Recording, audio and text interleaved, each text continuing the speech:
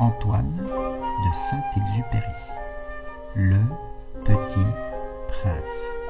Malinki Prince.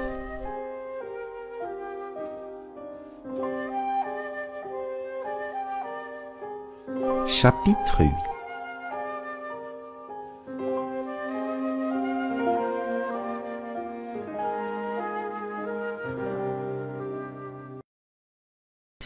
J'appris bien vite à mieux connaître cette fleur. Il y avait toujours eu sur ma planète, du Petit Prince, des fleurs très simples, ornées d'un seul rang de pétales, et qui ne tenaient point de place, et qui ne dérangeaient personne. Elles apparaissaient un matin dans l'herbe, et puis elles s'éteignaient le soir. Mais celle-là avait germé un jour d'une graine apportée, dont ne sait tout, et le Petit Prince avait surveillé de très près cette brindille qui ne ressemblait pas aux autres brindilles. Ça pouvait être un nouveau genre de baobab, mais l'arbuste cessa vite de croître et commença de préparer une fleur.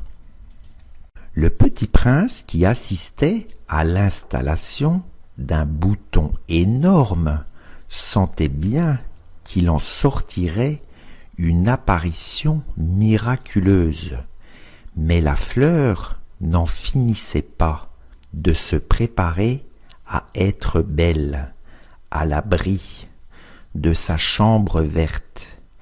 Elle choisissait avec soin ses couleurs. Elle s'habillait lentement, elle ajustait un à un ses pétales. Elle ne voulait pas sortir toute fripée, comme les coquelicots.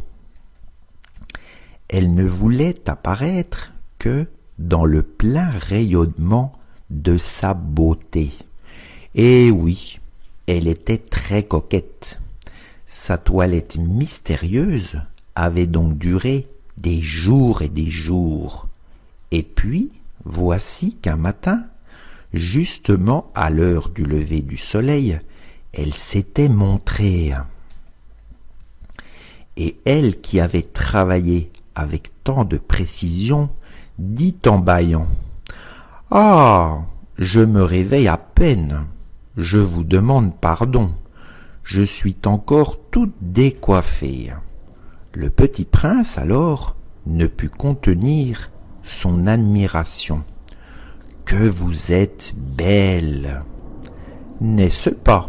répondit doucement la fleur. « Et je suis née en même temps que le soleil. » Le Petit Prince devina bien qu'elle n'était pas trop modeste, mais elle était si émouvante. « C'est l'heure, je crois, du petit déjeuner, » avait-elle bientôt ajouté. « Auriez-vous la bonté de penser à moi ?» Et le Petit Prince, tout confus, ayant été chercher un arrosoir d'eau fraîche, avait servi la fleur. Ainsi l'avait-elle bien vite tourmentée par sa vanité, un peu ombrageuse. Un jour, par exemple, parlant de ses 4 épines, elle avait dit au Petit Prince : « Ils peuvent venir, les tigres, avec leurs griffes. »« Il n'y a pas de tigres sur ma planète, » avait objecté le Petit Prince. « Et puis, les tigres ne mangent pas l'herbe. Je ne suis pas une herbe, » avait doucement répondu la fleur. « Pardonnez-moi, je ne crains rien des tigres, mais j'ai horreur des courants d'air. Vous n'auriez pas un paravent ? » « Horreur des courants d'air ? Ce n'est pas de chance pour une plante, » avait remarqué le Petit Prince. « Cette fleur est bien compliquée. Le soir, vous me mettrez sous globe. Il fait très froid. chez vous. C'est mal installé. Là d'où je viens, mais elle s'était interrompue. Elle était venue sous forme de graine. Elle n'avait rien pu connaître des autres mondes. Humiliée de s'être laissée surprendre à préparer un mensonge aussi naïf, elle avait toussé 2 ou 3 fois pour mettre le petit prince dans son tort. Ce paravent, j'allais le chercher, mais vous me parliez.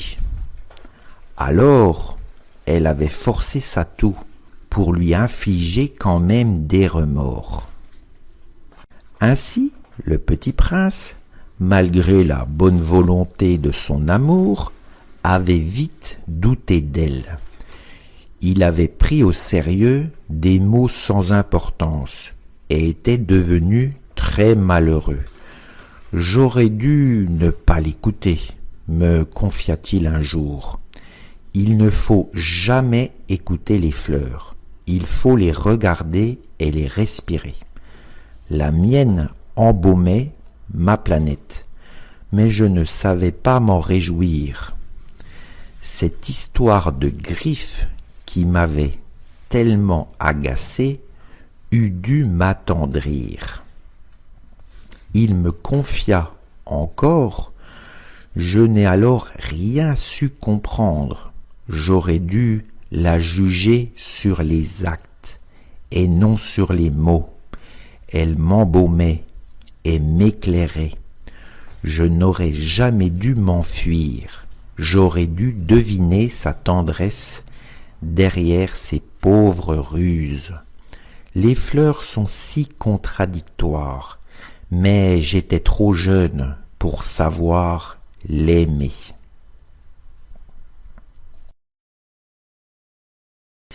J'appris bien vite à mieux connaître cette fleur. Il y avait toujours eu sur ma planète du Petit Prince des fleurs très simples, ornées d'un seul rang de pétales, et qui ne tenaient point de place, et qui ne dérangeaient personne. Elles apparaissaient un matin dans l'herbe, et puis elles s'éteignaient le soir.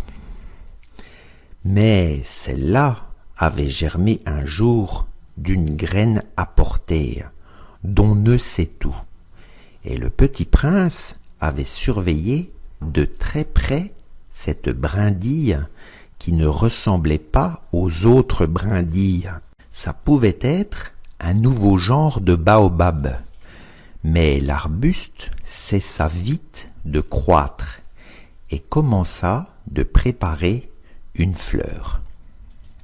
Le Petit Prince, qui assistait à l'installation d'un bouton énorme, sentait bien qu'il en sortirait une apparition miraculeuse, mais la fleur n'en finissait pas de se préparer à être belle, à l'abri de sa chambre verte. Elle choisissait avec soin ses couleurs. Elle s'habillait lentement, elle ajustait un à un ses pétales. Elle ne voulait pas sortir toute fripée, comme les coquelicots. Elle ne voulait apparaître que dans le plein rayonnement de sa beauté. Et oui, elle était très coquette. Sa toilette mystérieuse avait donc duré des jours et des jours. Et puis, voici qu'un matin, justement à l'heure du lever du soleil, elle s'était montrée. Et elle qui avait travaillé avec tant de précision, dit en bâillant : « Ah, je me réveille à peine, je vous demande pardon, je suis encore toute décoiffée. » Le Petit Prince alors ne put contenir son admiration. « Que vous êtes belle ! N'est-ce pas ? répondit doucement la fleur, et je suis née en même temps que le soleil. Le petit prince devina bien qu'elle n'était pas trop modeste, mais elle était si émouvante. C'est l'heure, je crois, du petit déjeuner, avait-elle bientôt ajouté. Auriez-vous la bonté de penser à moi ? Et le petit prince, tout confus, ayant été chercher un arrosoir d'eau fraîche, avait servi la fleur. Ainsi l'avait-elle bien vite tourmentée par sa vanité, un peu ombrageuse. Un jour, par exemple, parlant de ses 4 épines, elle avait dit au petit prince « Ils peuvent venir, les tigres, avec leurs griffes. » « Il n'y a pas de tigres sur ma planète, » avait objecté le petit prince. « Et puis, les tigres ne mangent pas l'herbe. Je ne suis pas une herbe, » avait doucement répondu la fleur. « Pardonnez-moi, je ne crains rien des tigres, mais j'ai horreur des courants d'air. Vous n'auriez pas un paravent ? » Horreur des courants d'air ? Ce n'est pas de chance pour une plante, avait remarqué le petit prince. Cette fleur est bien compliquée. Le soir, vous me mettrez sous globe. Il fait très froid chez vous. C'est mal installé. Là d'où je viens, mais elle s'était interrompue. Elle était venue sous forme de graine. Elle n'avait rien pu connaître des autres mondes. Humiliée de s'être laissée surprendre à préparer un mensonge aussi naïf, elle avait toussé 2 ou 3 fois pour mettre le petit prince dans son tort. Ce paravent, j'allais le chercher, mais vous me parliez. Alors, elle avait forcé sa toux pour lui infliger quand même des remords. Ainsi, le petit prince, malgré la bonne volonté de son amour, avait vite douté d'elle. Il avait pris au sérieux des mots sans importance et était devenu très malheureux. « J'aurais dû ne pas l'écouter », me confia-t-il un jour. Il ne faut jamais écouter les fleurs, il faut les regarder et les respirer. La mienne embaumait ma planète, mais je ne savais pas m'en réjouir. Cette histoire de griffes qui m'avait tellement agacé eût dû m'attendrir. Il me confia encore, je n'ai alors rien su comprendre. J'aurais dû la juger sur les actes et non sur les mots. Elle m'embaumait et m'éclairait. Je n'aurais jamais dû m'enfuir. J'aurais dû deviner sa tendresse derrière ses pauvres ruses. Les fleurs sont si contradictoires, mais j'étais trop jeune pour savoir l'aimer.